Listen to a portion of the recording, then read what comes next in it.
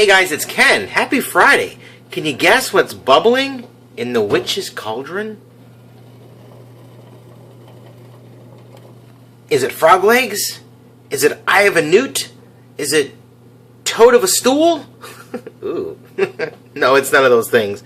It's cinnamon stick with water and obviously some heat there. Look at that. So cinnamon sticks. I bought these guys here at Publix a while ago.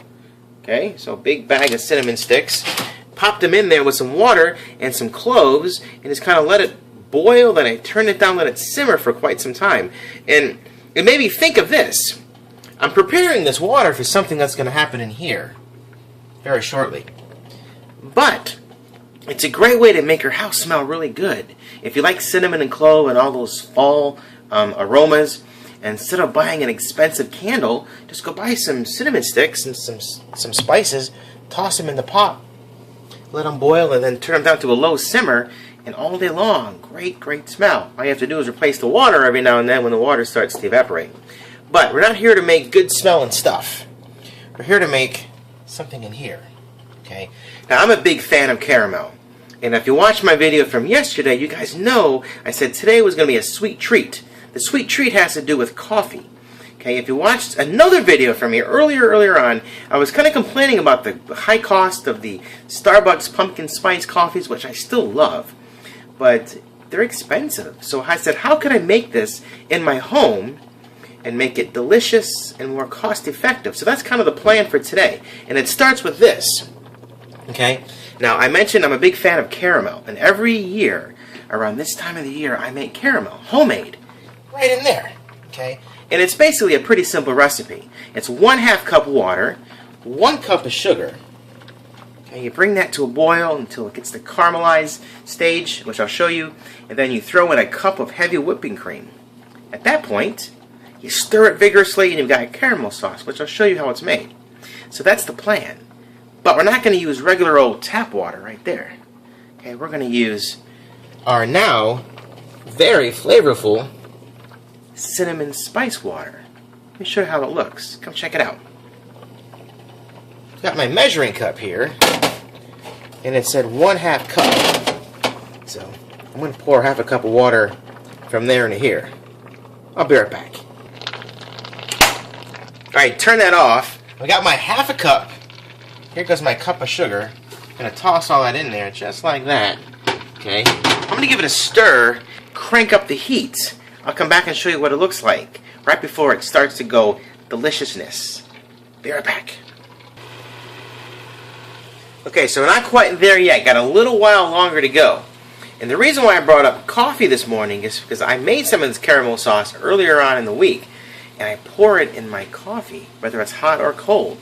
Another cool thing you can do with this cinnamon clove water, okay, you can make what's called a simple syrup. I've got some over here. Okay, this is equal parts water to equal parts sugar. Put it in a saucepan, let it kind of all come together, and you've got this syrup, this beautiful, real sweet syrup, but it's got all those great hints of cinnamon and clove. Those are great by themselves in coffee. But what we're making here is a whole nother group of things you can do with it. Oh, look at that. Now, there is a fine line between wonderfully caramelized flavor and burnt sugar. Okay? And now, I mentioned that I've made caramel in the past, but I usually use clear water and just white sugar. So it's easier to look into the pan and kind of gauge when the caramelization starts, when the sugars start to get tan and get darker and darker and darker as they get, more caramelized. It's harder to do when your water is already tan. So you really got to use your nose. Stand over and you got to smell it and watch it carefully. Because like I said, there's a fine line between wonderfully caramelized flavor and disgusting burnt sugar.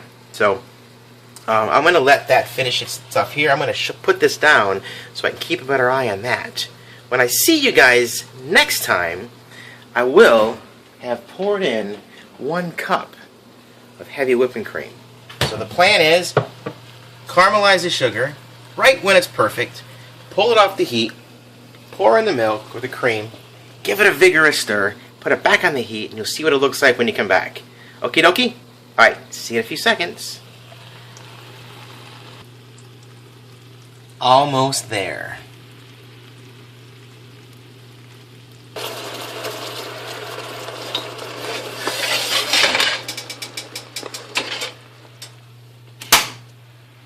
Watch this magic happen here. Once all that bubble stuff settles down, you've got a rich, wonderful caramel sauce. How about that, huh? Now it's really hot right now, so it's going to be real fluid, but it's never really going to harden. Actually, that's not a good idea. Let's keep it off the heat. I think it's done cooking. Those are off. All right, so it'll never really harden, kind of like a caramel you would buy at a store. It's going to remain a sauce. There are recipes out there for making hard caramels, but that's not the intention of this batch here. I'm going to show you what I made earlier on in the week, and it's right here. Okay.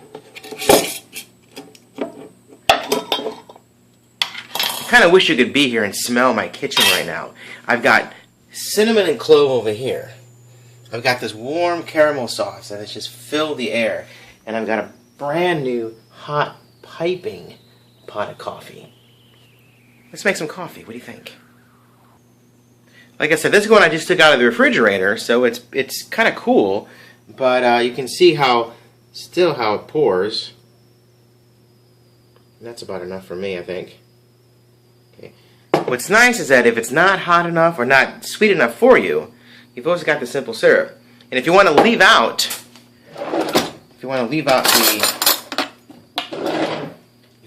the caramel part, if you don't like caramel too much, then you can just use the simple syrup by itself.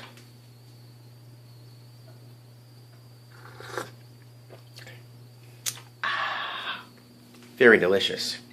So, like I said, this awesome caramel sauce, which you know what? Let me pour it in here. Show you what it looks like. All right, so this can be poured on top of pancakes. It can be poured over ice cream. It can be mixed into any kind of drinks that you want to add a caramel, pumpkin spice flavor to it. We do over ice cream also cut up apple slices, pour them or dip them into apples, or dip apples into them. And caramel is great, but pumpkin spice caramel is even better. And in your coffee, you don't have to run the Starbucks. Not that I don't love Starbucks, but sometimes homemade's better. Cheers. Thanks for watching and tuning in and all that kind of good stuff. If you want me to repeat any of my recipes, comment below. Leave some comments. I'll be happy to do that for you. Or contact me somehow and we'll get together. Okay? Tomorrow, another installment of 31 Days of Halloween. What's it going to be? I don't know. It's going to be a trick or a treat. Or something along those lines. But stay tuned for more. Thanks for watching and tuning in and hanging out with me on my tasty excursion. Thanks.